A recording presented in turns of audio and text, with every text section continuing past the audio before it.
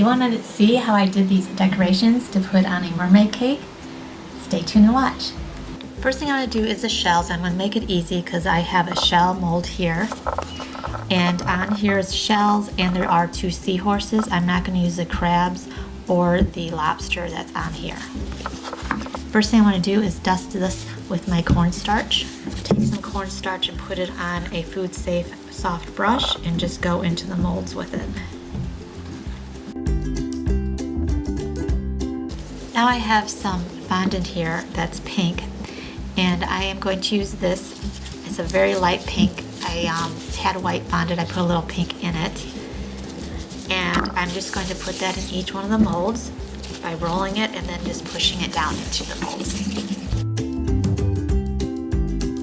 And then once they're filled, I take my knife that is for fondant and just scrape off the back of it. So this is what it looks like before you take them out on the other side. Sometimes it's good to look on the other side so you know that the edges are like you want them to be. So what I want to do is leave them in here, and then I have to wait till they dry more before I can pop them out of here. Here are some I did already from a different project, but I won't be using these on this cake because they're not the colors I want. Next I'm going to do an actual silicone mold that is for fondant. And I'm going to put a lot of the cornstarch in these as well. It has shells on it and a coral and some waves, like for a border. But I'm not going to use the wave. I probably won't use that part. I don't know, we'll see. I'll put it in there too. The coral's kind of detailed, so. I'm just going to use white fondant for this because I'm going to be coloring it later. And press down, and there you go, and then you can cut around it with an X-Acto knife. For the coral, I'm going to press it first down on the mat and then put it on the mold because I don't want it to be too thick. Kind of stretch it out and then press down with it.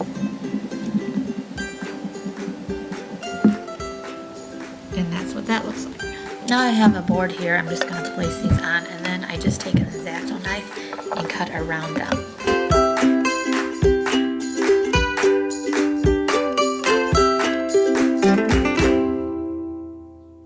Now I have a mermaid tail, that's a mold, and I'm going to do this. You can also mold your own mermaid tails. And I did that before, but this just is a lot faster. So I'm going to just roll out my fondant. So now I'm just going to put it in here and just squish it down. And I do want to take off as much of this as possible because I don't need all that extra in it on the back even. So just going to peel it back. But that's done, I am going to peel this back. This part's easy. Just make sure this doesn't break. And then if there's any excess, you know, you can take your X-Acto knife and just cut around it. Next thing I'm going to do is make things that are like sea urchins. And you just make balls, and you can do them all different sizes. And then what you do is you have to have a tool that's like this, and the ones that are metal are the best just because they're heavier than the plastic ones. And you just want to put an indentation like this inside it, like, and then kind of roll it around so it looks like that. And that's all there is to it. Of course, the smaller ones, you want to have the smaller ball at the end of this. And what I'll do later is color these, but then I will glue them together like this and put them on the side of the cake, and I'll do a whole bunch of them.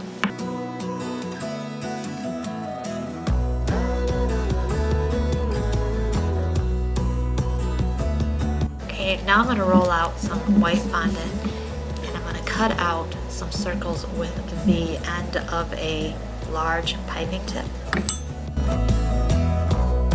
What I'm going to do is take this tool, this one, mold it around it like it's on a cap on, you know, like it's wearing a hat. Just mold it around it like this.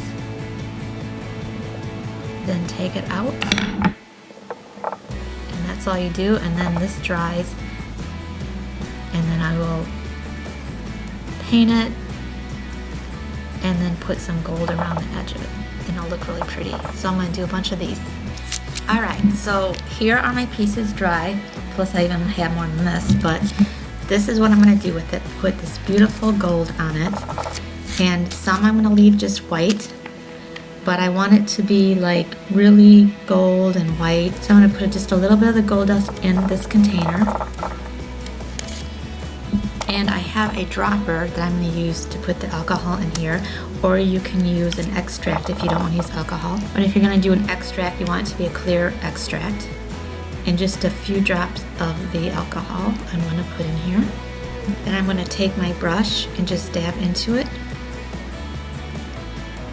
And I'm going to make the mermaid tails gold, so I'm just going to tap onto this like this.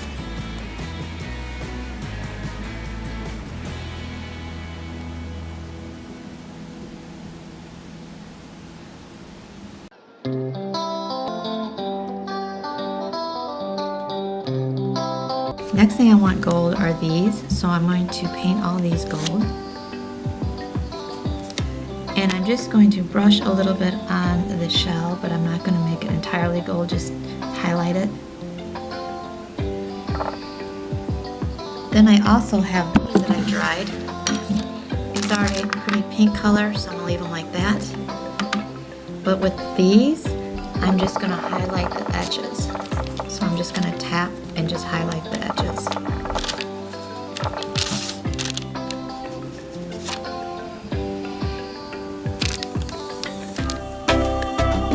And then I have 2 seahorses. I am going to make those gold. 2 here.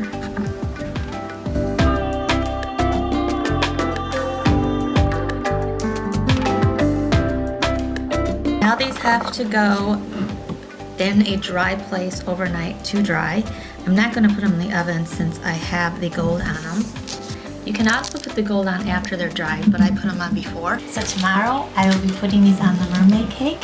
And this mermaid cake is extra special because it's for my daughter Grace, who will be 21. Well, she already is 21, but we're celebrating her birthday now. And you'll see her too.